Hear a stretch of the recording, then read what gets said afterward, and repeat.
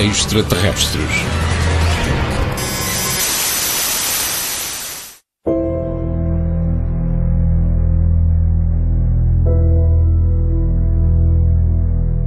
Farei chover durante 40 dias e 40 noites, e arrasarei da face da terra todos os seres vivos que fiz. E houve chuva durante 40 dias e 40 noites. E morreram todos os seres que se deslocam sobre a terra, tanto as aves como o gado, as feras, os animais e todos os homens. Para mí la clave está en hacernos una pregunta. ¿Existió otra humanidad? Existía una antigua civilización que desapareció y dejó algo. Falamos de conhecimentos que, de alguma maneira, foram perdidos. Floods, whatever, catastrophes, annihilation, I don't know, but we're going to discover this. We're going to realize that we're much older than we think. We may even discover that there was a different kind of civilization, a civilization that had learned something else that we don't know.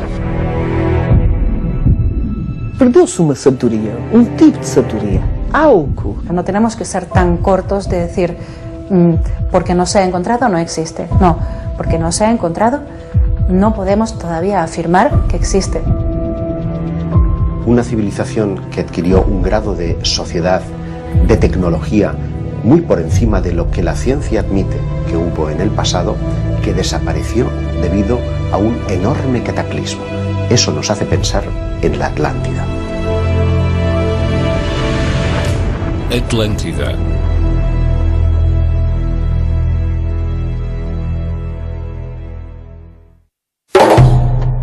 No ano 360 a.C., Platão escreveu Timeu e Crítias, os dois diálogos considerados como os mais influentes de toda a filosofia e ciência posteriores. Neles se explora a origem do universo, a estrutura da matéria e a natureza da raça humana. Possivelmente três grandes perguntas que a humanidade ainda não logrou responder. Ambos os textos fazem referência à Atlântida, uma grande potência marítima que por volta de 9500 a.C. havia conquistado grande parte da Europa e do norte da África. Depois de vários confrontos com os que seriam os antepassados dos atenienses e dos egípcios, Poseidon e a sua capital desapareceram no mar devido a um grande dilúvio, em apenas uma noite e um dia terríveis. A descrição precisa dos textos e o facto de neles se afirmar que se narra uma história verdadeira levou à formulação de numerosas conjecturas sobre a existência real do povo atlântico. Y a diferencia de otros textos, de otros diálogos, estos no tienen un aspecto moralizante, sino que parecen estar refiriéndose a una descripción física real de algo que existió en el océano Atlántico, más allá de las columnas de Hércules. Platão, no Timeu e no Crítias, fala dizendo que não era um mito. Havia 9500 anos, os gregos tinham vencido com grande heroicidade os povos vindos do mar, ou seja, aquilo que hoje em dia poderíamos chamar os Atlantes. Portanto, somando mais 2000 anos, esses 9000, 9500, daria que no final da última era geológica teria acontecido um cataclismo no meio do Oceano Atlântico e que uma civilização muito evoluída tecnologicamente se teria desabado. Yo creo que tiene que haber existido este continente del que habla Platón. No creo que se lo haya inventado, no creo que sea un cuento de niños. Incluso muchas de las leyendas, la mayoría surgen de historias reales, de hechos reales, que luego se cuentan con alegorías, pero surgen de hechos reales. Yo te diría que no hay gran cultura alrededor del mundo que no tenga su particular Atlántida. Si tú, por ejemplo, te vas a la zona del Pacífico, por ejemplo, los Rapa Nui, los habitantes de Isla de Pascua, ellos te hablan de Hiva, el continente que se hunde en la noche de los tiempos, siempre a causa, a consecuencia de unos dioses mal encarados que castigan la soberbia del ser humano. Si te vas al Alto Titicaca, a la zona de los Aymaras, ellos mismos te hablan de Atlântico. Os toltecas, os aztecas, falam-nos que os seus antepassados tinham vindo de uma ilha ao Oriente, porque eles estão na América, não é? Que se chamava Aztlán.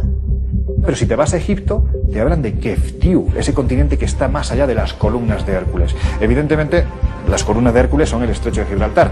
Más allá de las columnas de Hércules puede ser en mitad del Atlántico o puede ser en todo lo que es la zona del Golfo de Cádiz. ¿Por qué no pensar que pudo estar ubicada ahí? Vemos que las tradiciones del pasado, no una ni dos, sino muchas, nos hablan de la existencia de estos continentes. Se han encontrado en el fondo del mar algunas carreteras, algunas columnas, algunas estructuras que parecen estar aludiendo a una antigua civilización, a una humanidad anterior a la que conocemos.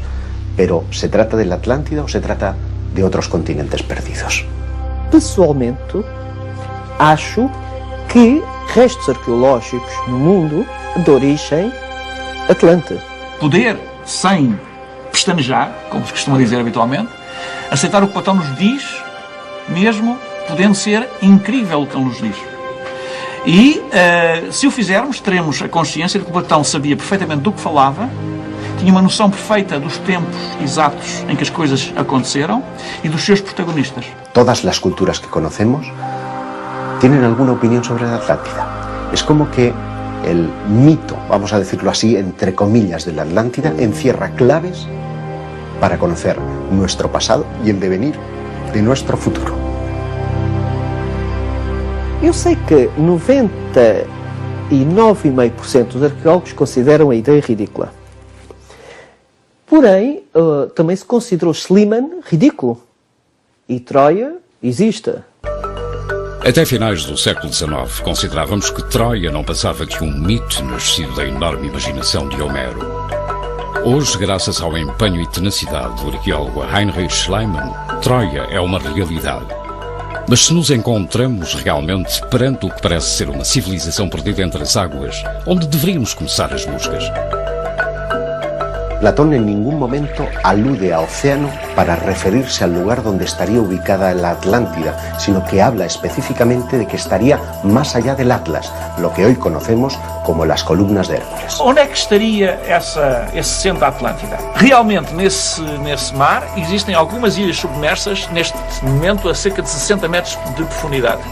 E uma delas tem as condições para poder ser identificada como a Ilha Poseidónia, a Ilha Spartel. Para iniciarmos as buscas ao Império Atlante, temos de recuar até o ano 9500 a.C. Segundo os estudos geográficos realizados pelo professor Gandra, a primeira coisa que encontraríamos seria um mapa da Europa muito diferente do que conhecemos hoje. No período final da última glaciação, havia gelo em alguns sítios com 2-3 km de espessura, tinham acumulado a água dos oceanos, portanto os oceanos estavam mais baixos, cerca de 150 metros, e, portanto, havia uma paisagem completamente distante e diferente daquela que nós hoje conhecemos. Sendo assim, por exemplo, na nossa costa europeia, atlântica europeia, nós teríamos para mais de 500 km de terra firme, além daquela que hoje conhecemos. Por exemplo, não existia Mar do Norte. Era possível ir daqui, da Península Ibérica, de Portugal ou da Espanha, a pé até a Irlanda. Tal como não havia Mediterrâneo. O Mediterrâneo era um vale sem água, praticamente. Realmente, a Europa, tal como nós a conhecemos hoje, ou pelo menos o litoral atlântico europeu, não correspondia há 12 mil anos atrás àquilo que hoje é. Segundo esta situação e alguns indícios arqueológicos recentemente descobertos, poderíamos situar Poseidónia, a capital da Atlântida, não muito longe da costa portuguesa. Na zona exatamente do Banco Espartel, onde existiu a tal laguna, diante das colunas de Hércules, foram encontrados e já trazidos à superfície alguns vestígios que podem ser datáveis desse período. Mas há outra novidade. E essa novidade tem a ver com achados realizados na plataforma continental portuguesa por um arqueólogo cuja identidade não posso revelar porque ele próprio não quer que seja revelada, que durante cerca de 30 anos andou a fazer pesquisa subaquática e descobriu que existem estruturas submersas de redes viárias de grande dimensão, pavimentadas com grandes blocos de pedra e estruturas edificadas derruídas, algumas com colunatas, inclusivamente vêem-se estátuas derrubadas. Eu não tenho dúvidas que seja assim porque vi fotografias e, portanto, a se confirmar tudo isso, vai alterar substancialmente a nossa visão não só da história de Portugal, como da pré-história de Portugal, como inclusivamente da história da Europa e da pré-história da Europa. Portanto, há que rever tudo. Mas no momento de rever a nossa própria história, o ponto de partida costuma estar oculto nos mitos e lendas capazes de sobreviver ao implacável pesar do tempo. Todas as culturas e religiões do mundo parecem estar de acordo em relação a um grande cataclismo e a um grande dilúvio capaz de destruir tudo quanto o ser humano tinha criado até então. A comunidade científica conseguiu datar entre 6.000 e 10.000 a.C. uma série de desastres naturais de enormes proporções que haviam afetado a superfície do planeta. Se assim for, a altura em que Platão situa a destruição deste continente perdido coincidiria com as obtidas pelos geógrafos e historiadores.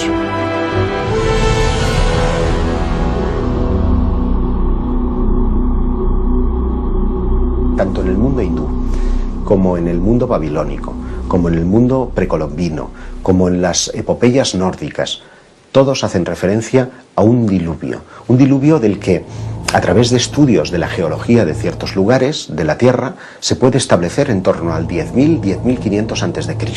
Este es un hecho geológico admitido por la comunidad científica. Inclusive a própria Bíblia assinala a possibilidade de dilúvio que teria como causa o degelo, a passagem, de facto, de uma época climática bem demarcada e que coincide.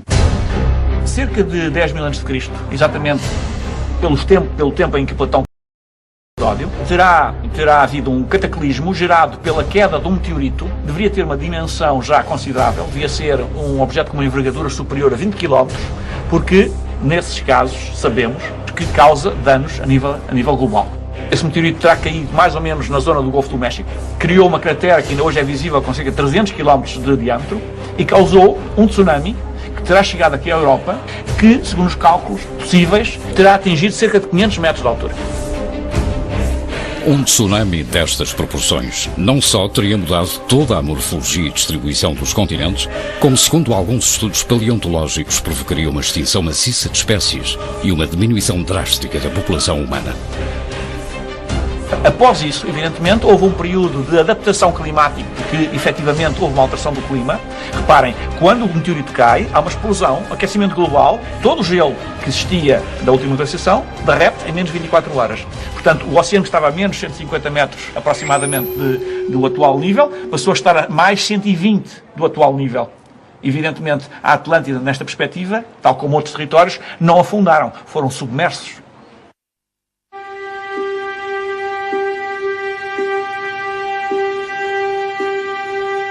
Tudo o que fora construído até aquele dia desapareceu. O ser humano viu-se forçado a recomeçar.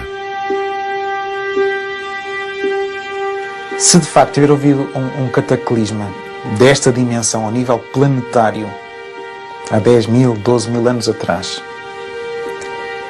os poucos sobreviventes facilmente esqueceram ou facilmente tiveram dificuldade em transmitir aquilo que estava para trás e com o passar do tempo vai-se esquecendo, não é? Portanto, aquilo que fica de mais marcante é o dilúvio que teve que originar um recomeço e, portanto, o esforço foi tão grande para recomeçar que tudo o que estava para trás foi sendo esquecido.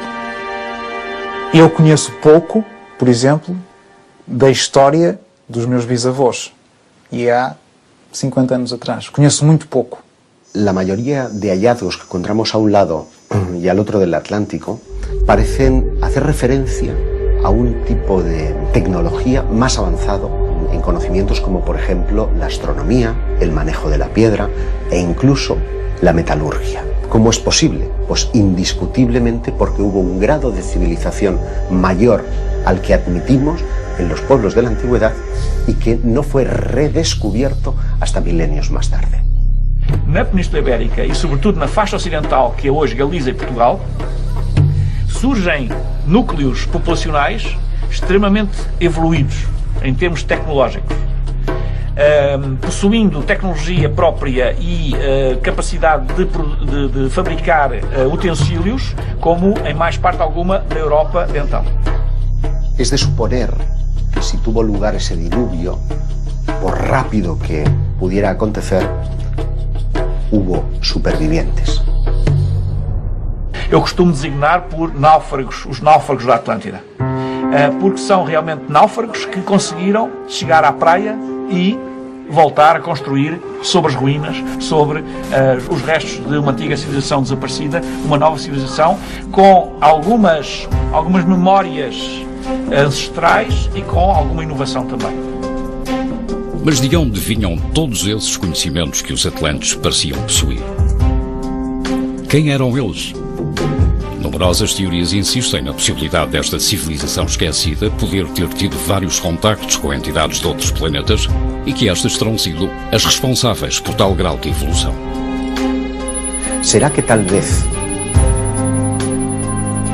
alguien, no sé si venido del espacio, si de esa antigua Atlántida, les contó cómo, qué tenían que hacer? No somos la primera, ni la segunda, ni la tercera humanidad. Ha habido diferentes humanidades. Quizás nos estaríamos remontando a lo que se conoce como Edad de Oro. Solo por eso ya merece la pena buscar, porque si tú te manejas en el entorno de los 5 o 6.000 años atrás, lo que te das cuenta es que los pocos vestigios que nos han llegado están hechos o bien a escala de dioses o bien a escala de gigantes.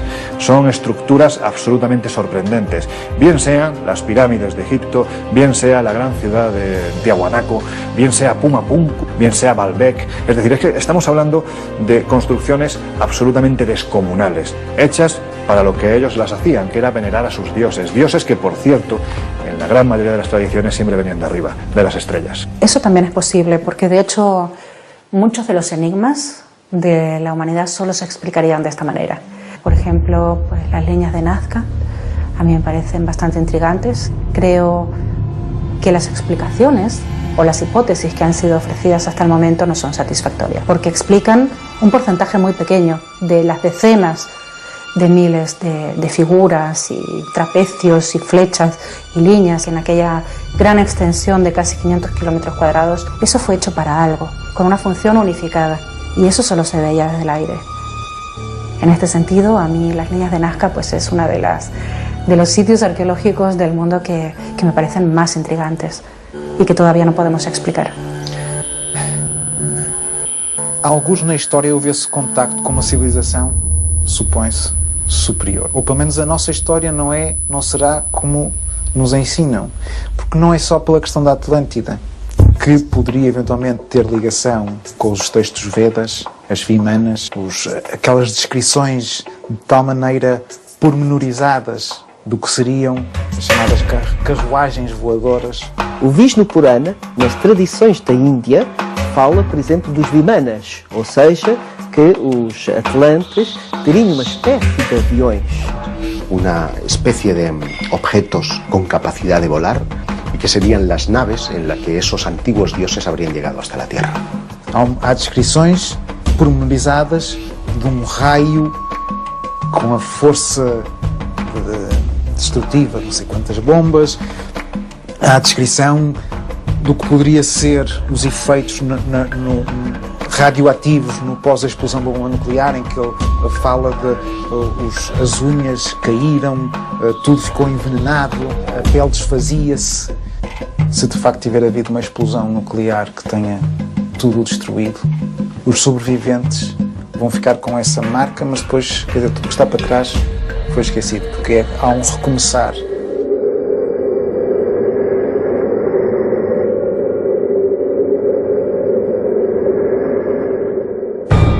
Segundo a teoria dos antigos astronautas, todas as grandes civilizações que povoaram a Terra no passado receberam visitas de seres provenientes das estrelas.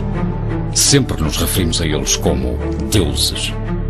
Um povo mais desenvolvido do que podemos imaginar poderá ter adquirido esses conhecimentos de instrutores muito parecidos no que hoje chamaríamos de astronautas. Es probable, según la teoría de los antiguos astronautas, que los atlantes propiamente dichos no pertenecieran a este mundo, que fueran esos semidioses, esa raza de seres extraordinarios que habrían dado lugar a esa edad de oro mítica a la que hacen referencia casi todos los pueblos de la Tierra. Aprendieron todo su conocimiento de unos seres que venían de las estrellas, de unos seres que además tenían una apariencia sospechosamente humana y con los que ellos interactuaban de forma directa. Y cuando se produjo esa asimilación del conocimiento que le transmitieron, estos seres desaparecieron. ¿Ocurrió lo mismo con los supuestos habitantes de la Atlántida? Pues no lo sé, pero parto de la idea de que alguien les tuvo que enseñar a hacer lo que hicieron, porque después de eso todas las demás culturas han ido bebiendo, ¿no? O facto da Atlântida ser tão evoluída como se pensa, ou como é dado a entender pelos historiadores, pressupõe que poderia ter havido um contacto, ou uma influência, ou ensinamentos por parte de uma outra civilização. Será que estamos a falar de extraterrestres no sentido de seres completamente diferentes de nós? Ou poderemos estar a falar de humanos extraterrestres? Ou seja, seres humanos, mas provenientes de outro local. Seres que tivessem vindo de outra galáxia, de outro planeta, de outro sistema solar, de tão avançados que estavam que fossem fazendo pequenas bases ou pequenas povoações em diversos locais. Calcula-se que o nosso sistema solar possa ter apenas 4.600 milhões de anos. O resto do universo terá cerca de 14 mil milhões de anos e, segundo a NASA, poderá albergar 100 mil milhões de galáxias.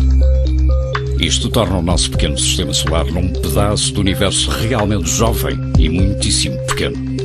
Milhares de milhões de anos são medidas quase inabarcáveis pela nossa espécie.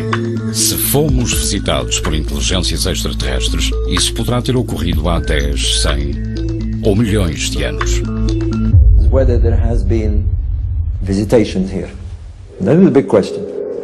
I must say that in this particular question, we have to be a bit cautious, because it's very important.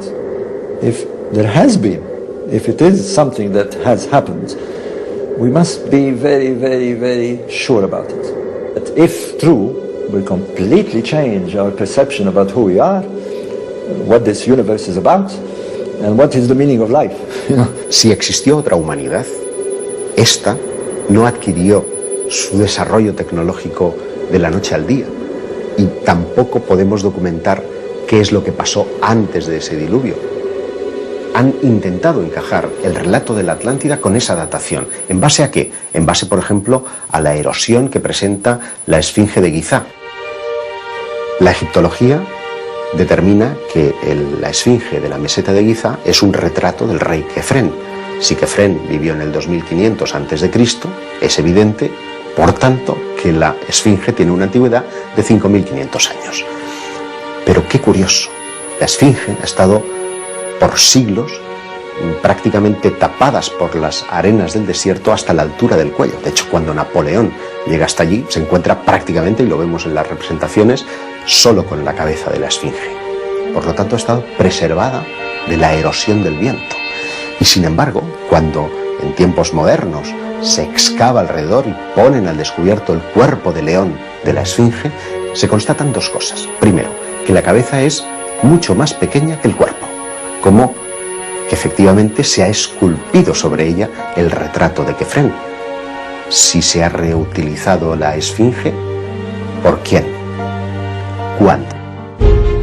Pero lo que me parece todavía más extraordinario es el estudio del geólogo Robert Schwartz. Estudia la erosión del cuerpo de la Esfinge. Y lo que se encuentra es que esa erosión solamente se puede dar por agua. E só há poucos anos é que os geólogos estiveram a analisar a Esfinge e verificaram que realmente a erosão é marítima. E sendo marítima, a Esfinge tem no mínimo 8.000 anos. The erosion on the blocks appear to be much, much older than the erosion on the pyramids. And the blocks themselves are much larger. They range between 50 tons, and some of them go up to 200 tons. Cuando hubo agua en el desierto, solamente hay una fecha de entrada geológicamente que encaja, el 10.500 a.C. Lo que nos lleva a pensar que lo que conocemos como el diluvio bíblico pudo existir realmente.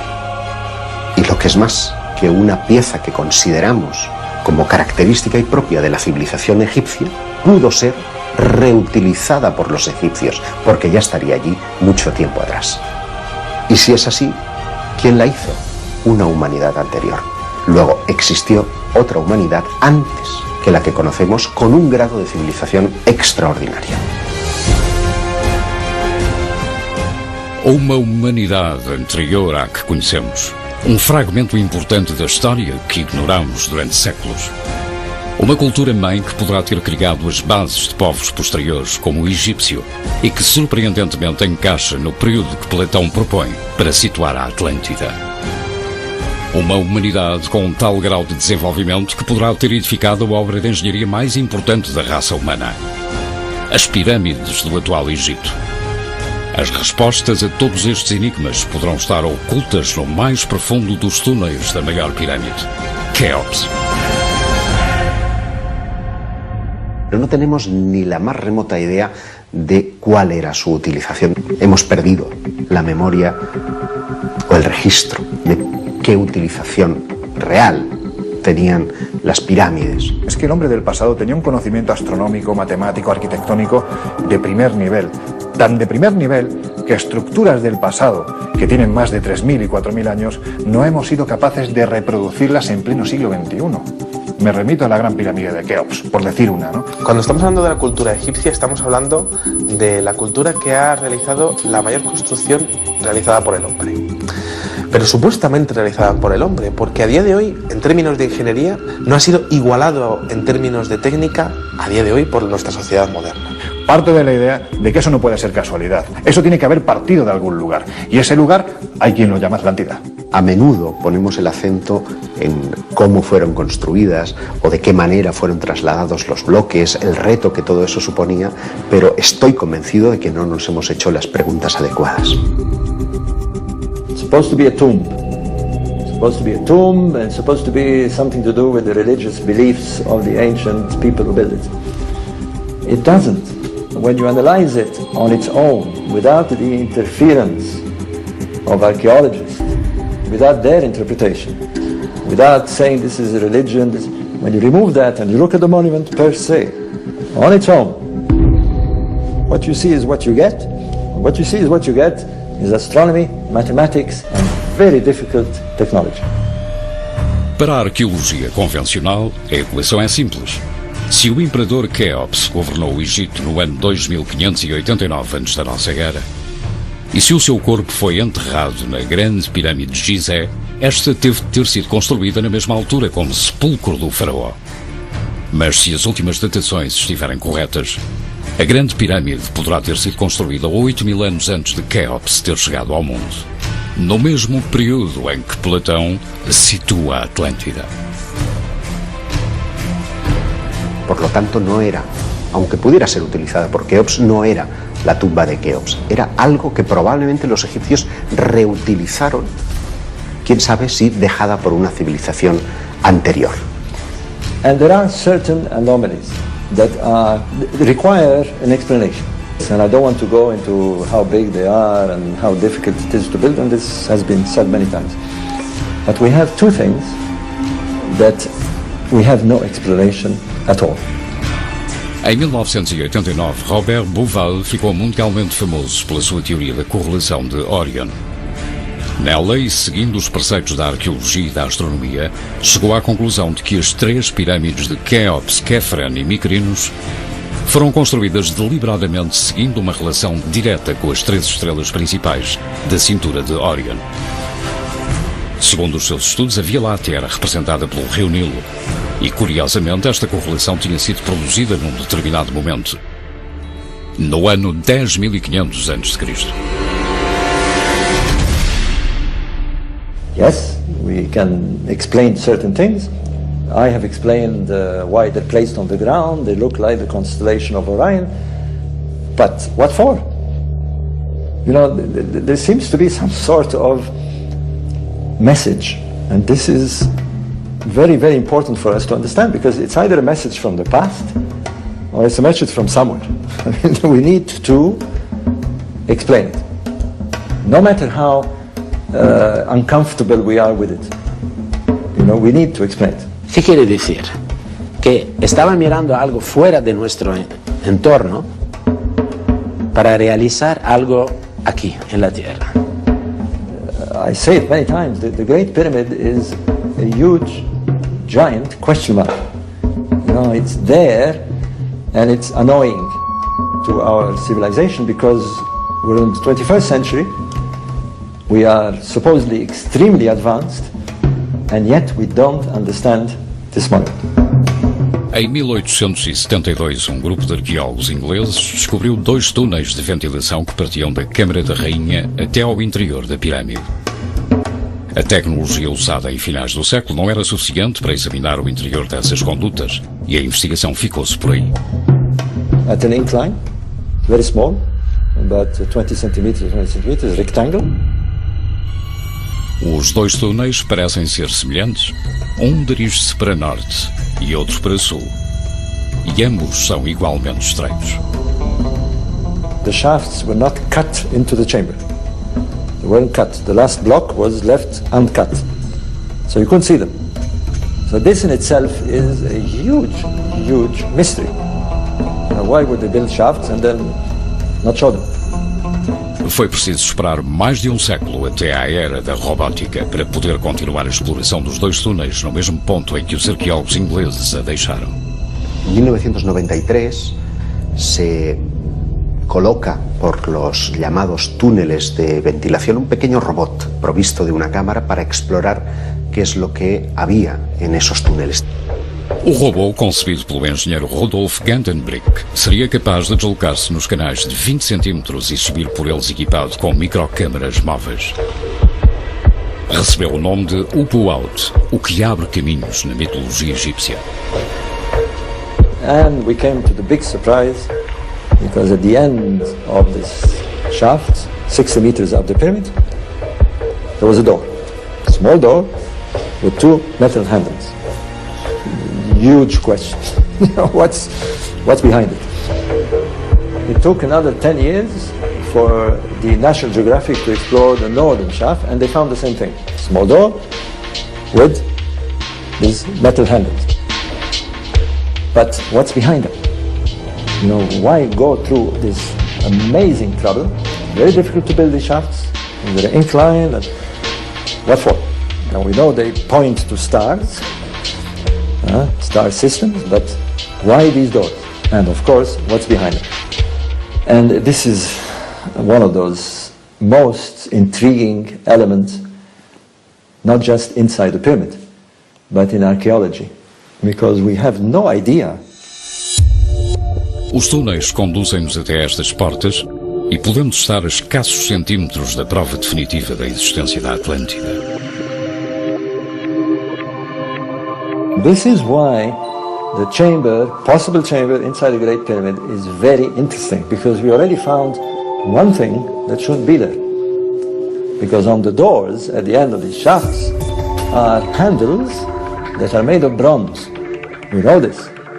Bronze should not be there, I can tell you. The Bronze Age should not have started 1,000 years afterwards. These are the things that can change our perception completely. Now, if they open this door and they find something which may be insignificant but should not be there, like a piece of plastic, that changes everything. Arquitetos, engenheiros robóticos, filósofos, simbolistas, geólogos. São muitos os cientistas que procuraram decifrar o grande mistério dos túneis de Kéops. Believe me, we had the top guys, and nobody has been able to explain what these doors are about. And that is inside the biggest, most intriguing, most bizarre, most mysterious monument on this planet. Foi preciso esperar mais 10 anos até que os avanços tecnológicos permitissem desenhar um aparelho capaz de entrar nos túneis, equipado com a maquinaria necessária para atravessar as misteriosas portas. Pode dizer-se que fosse quem planeou esses túneis, o fez criando um quebra-cabeças que só poderia ser resolvido milhares de anos mais tarde. Um quebra-cabeças que só poderia ser completado quando a tecnologia desenvolvida pelo ser humano tivesse alcançado a maturidade necessária. hicieron un boquete más o menos de 1,5 centímetros de diámetro y se encontraron con otra cámara dentro y un bloque de granito delante.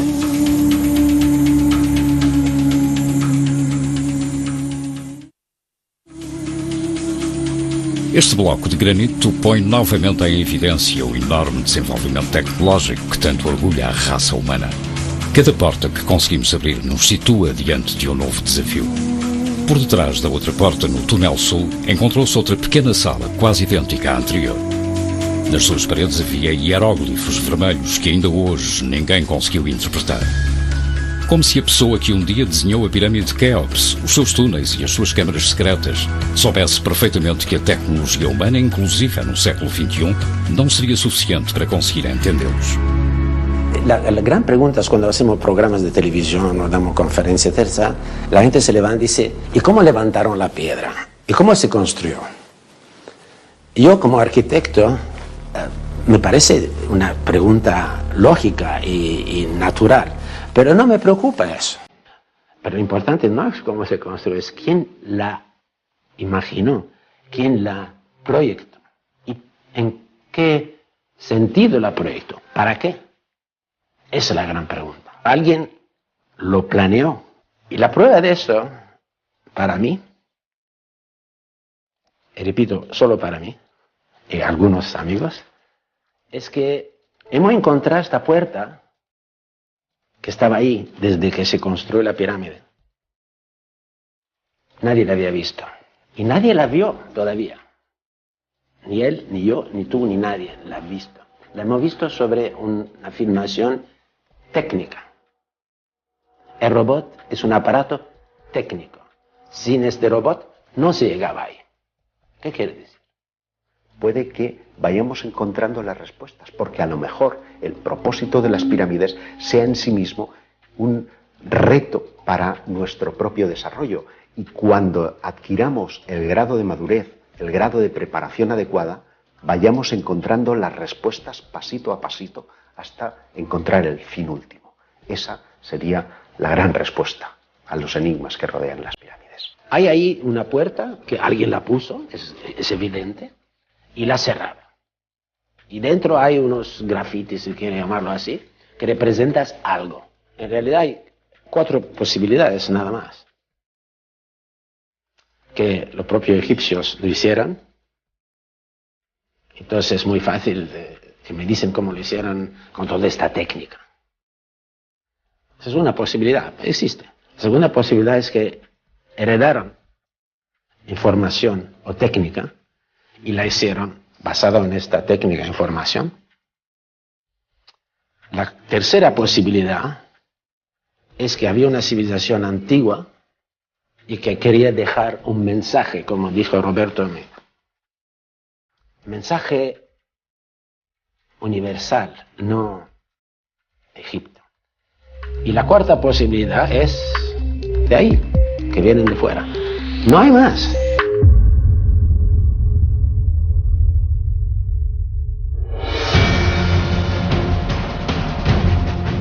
Os textos de Platão, as escrituras bíblicas e hoje em dia a ciência parecem concordar que uma grande catástrofe assolou um dia a Terra e nos obrigou a recomeçar.